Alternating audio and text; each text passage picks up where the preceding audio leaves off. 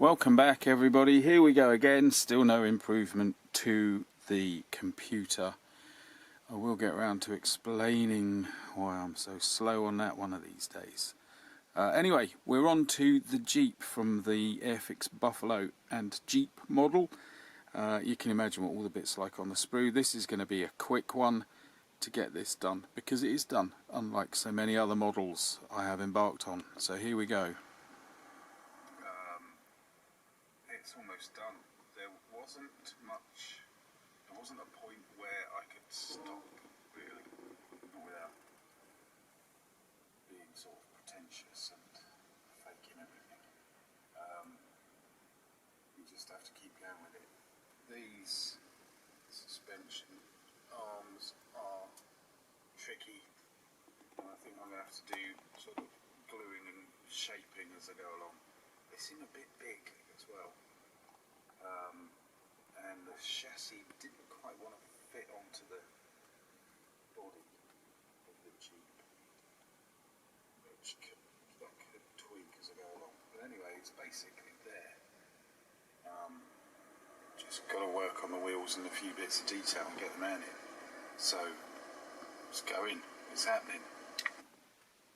Yeah, the kind of hull wouldn't fit on the chassis. There were strange points, little pins, which I couldn't work out what their role was.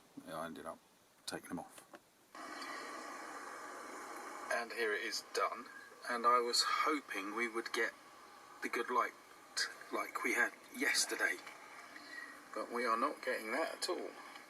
Anyway, here's our little Jeep, and what a moment of model making it really is. It's tiny. It's tiny. Yes, I did the Kubel wagon. I think I did a Schwinn wagon, didn't I? Of similar proportions. These things are truly microscopic. But there we go. Probably not quite to scale. But yeah, if you want a real kind of environment, you're going to need a lot of these.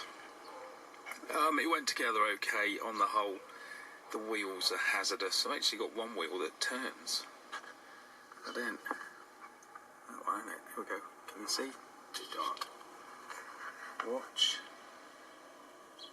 Look at that. I'm not going to push it any further, but it does go all the way around. Anyway, Jeep with a British figure,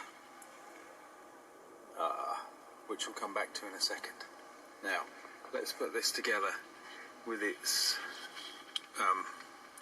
transportation unit, and we get this.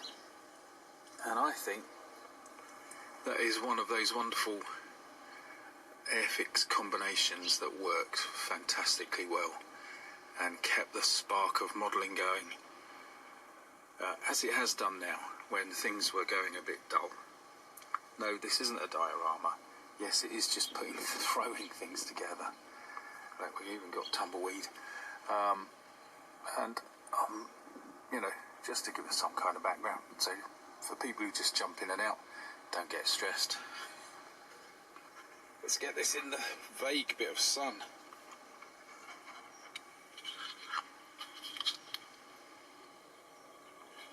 There we go. And let's catch some of that lovely sunlight. Oh, hey. Oh, that's better, isn't it? Thank you.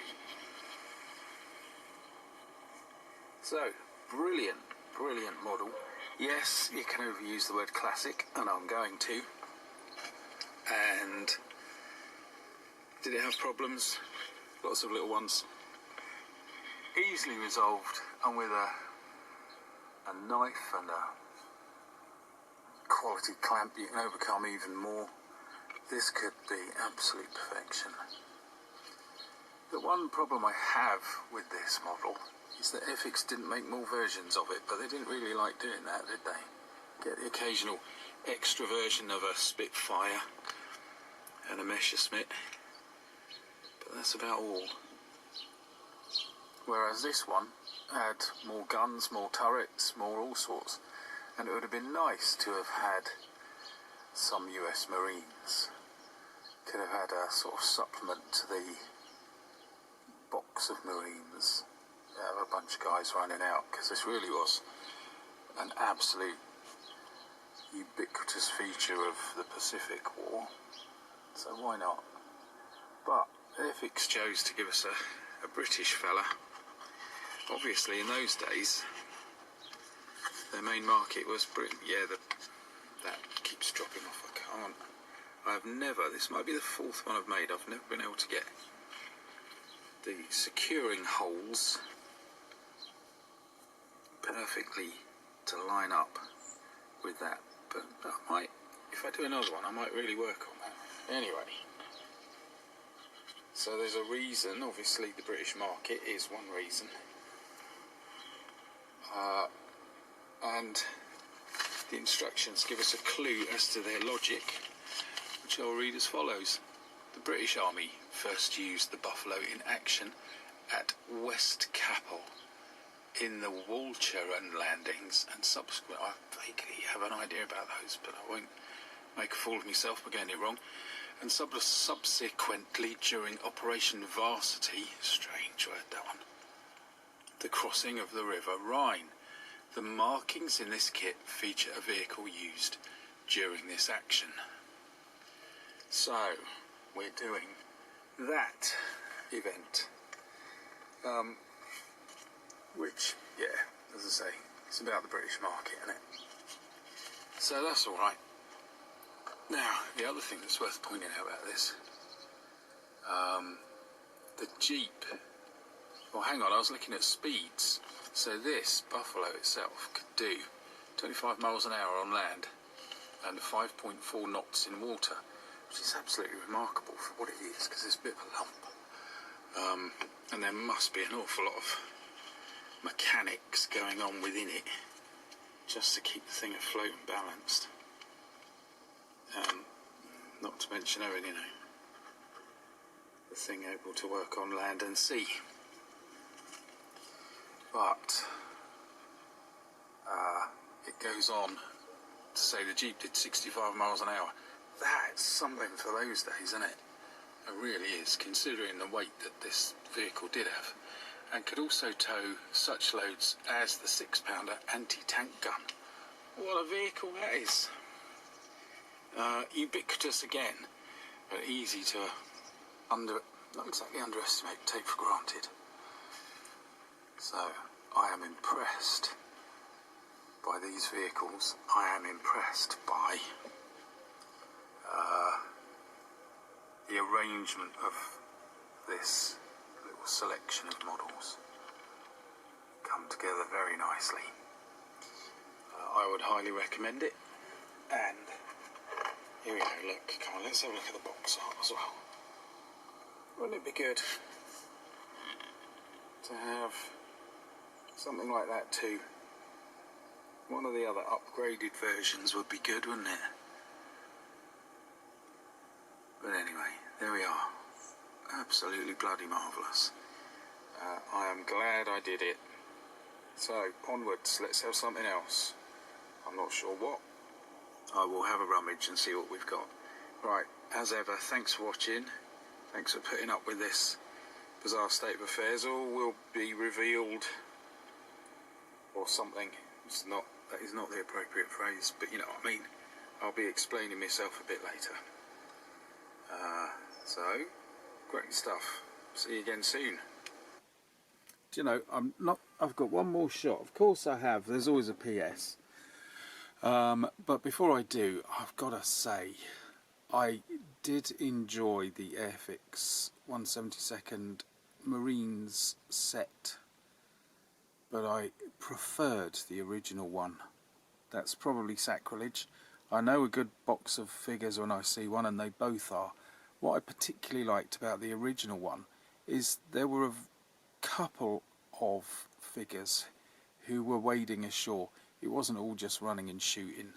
Yeah, you got that brilliant dinghy combo, but there was the guy with the gun above his head, and I can't remember the other one in particular, but they really summed up the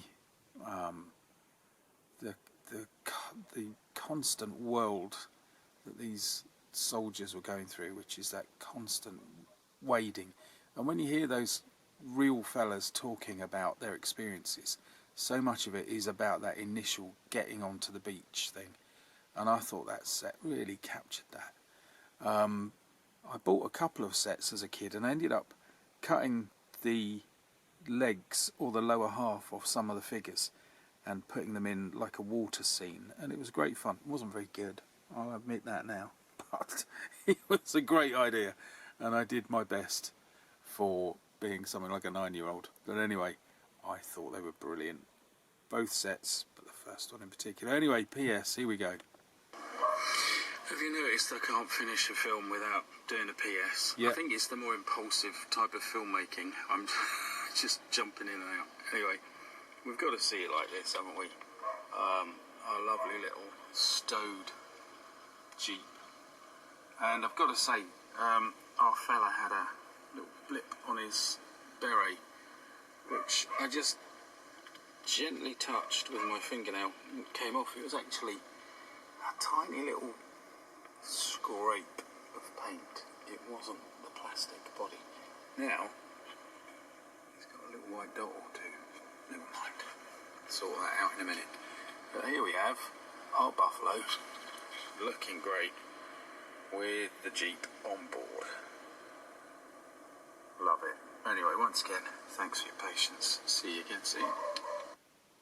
And I agree with him. Thanks for your patience. See you again soon. So yeah, we will get around to sorting out what's going on, and we will make another wonderful model as soon as possible, and tidy up some others. Do you know what I've got? I've got a 135th. I'm sure it's Italeri elephant tank, German Second World War monster, in a box in bits because it got dropped. We might have to repair that one because they are something. So yeah, expect that kind of thing. Anyway, see ya.